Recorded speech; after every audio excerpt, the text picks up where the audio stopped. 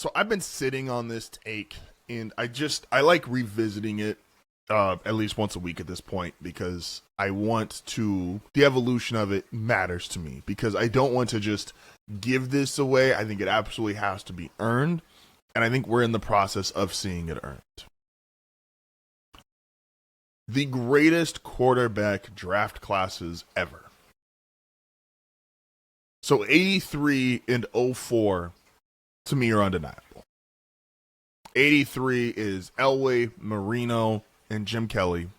They got to 10 Super Bowls. Now, are they 2-8 in those 10 Super Bowls? Yeah, but, it's life. 04, Rivers, Big Ben, Eli, 4 Super Bowl titles between them. They got to 5, right? Ben lost 1, so they got to 5. And statistically, the most dominant passing class of all time by a wide margin.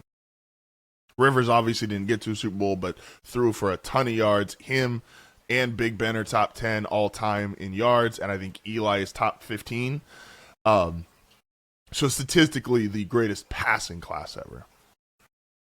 2020 was definitely there.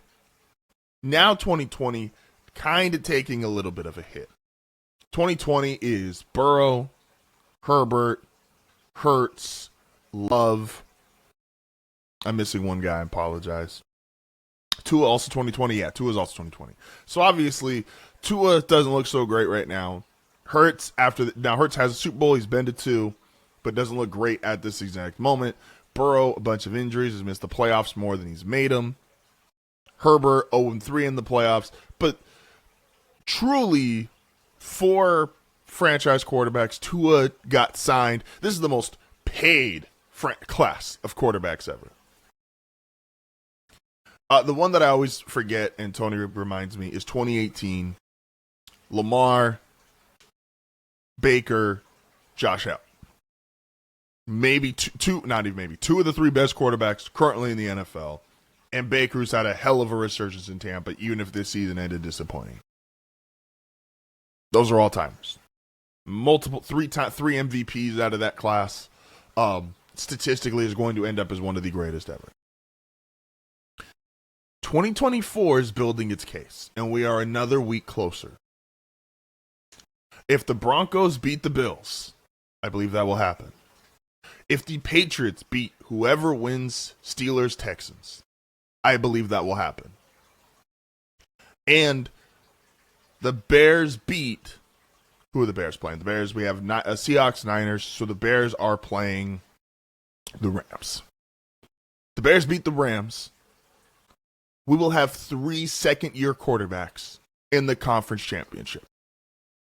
This is coming off a season where a rookie from this class, in Jaden Daniels, also got to the conference championship.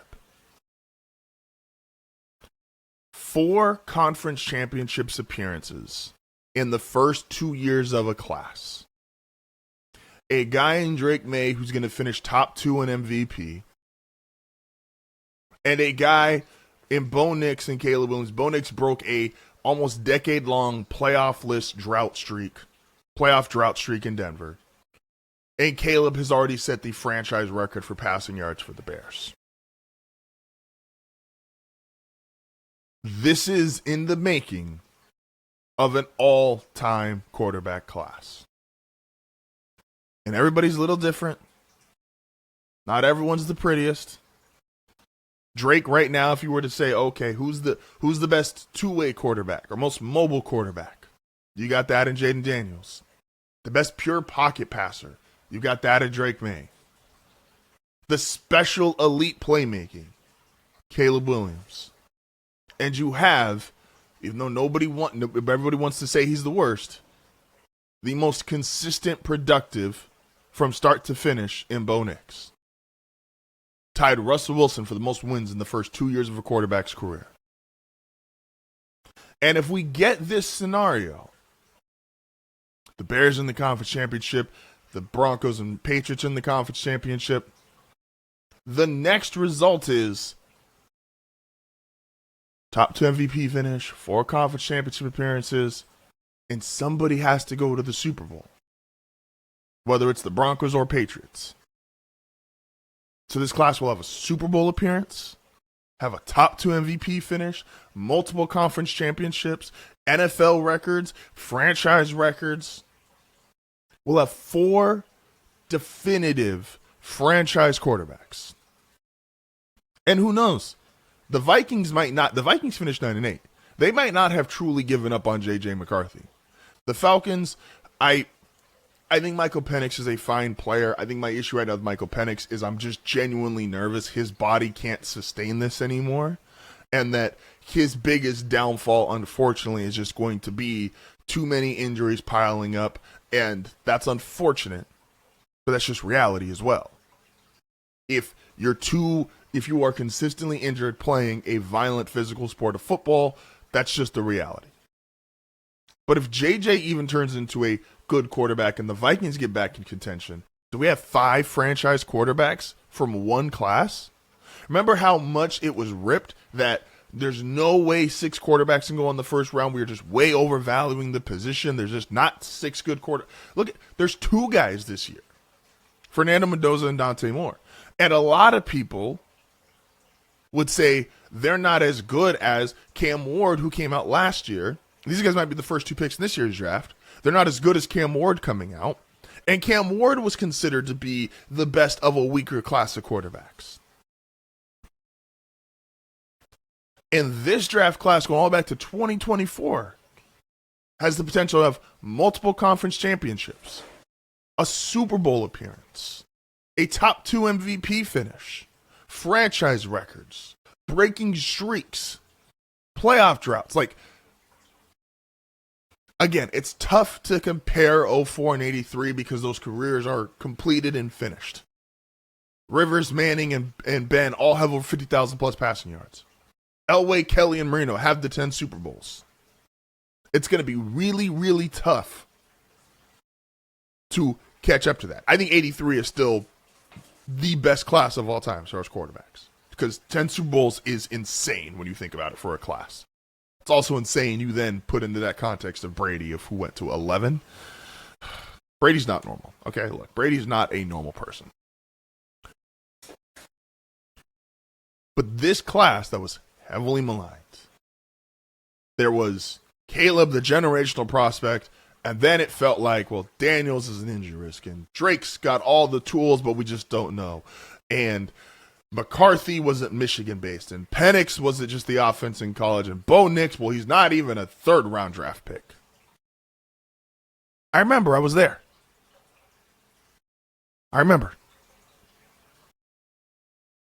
But we got to start looking at this and go, is this actually an all-time class? And the direction they are heading, I don't think you have a choice but to say it is trending towards all-time class.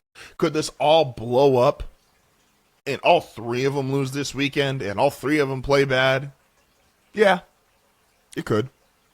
And that's to say, I'm kind of reserving this take. Just putting it out there. You know, you put on the grill, you're not even put on the grill. You're just marinating it at this moment. You're making sure you get all your flavors, making sure you get all your seasonings. You're marinating this take. But if this turns out to be what it has the potential to be, we are going to look back at the 2024 draft class and go, wow, this is one of the best ever. Again, it's 24, it's 2020, even though in 2020 is starting to unravel. We just said, Burrow, he's now missing the playoffs more than he's making them. Jalen Hurts, he is now struggling. Regular season had a bad regular season, had a bad postseason. Herbert hasn't won a playoff game. Tua no longer going to be the Dolphins quarterback. These all take time to develop and process, and these are not just definitive. Boom, this is what the 20 class doesn't look as great as it has been in years. The 2018 class, again, Allen and Lamar do a lot of heavy lifting. Baker, what has been great. Let's see what Baker looks like next year. And then obviously 83 and 04, they're already done. But this class is absolutely holding its weight 2 years into their career. Do you need to have more than 2 years to be considered an all-time great class? Obviously. But are they on the right path? 1,000%. 1,000%.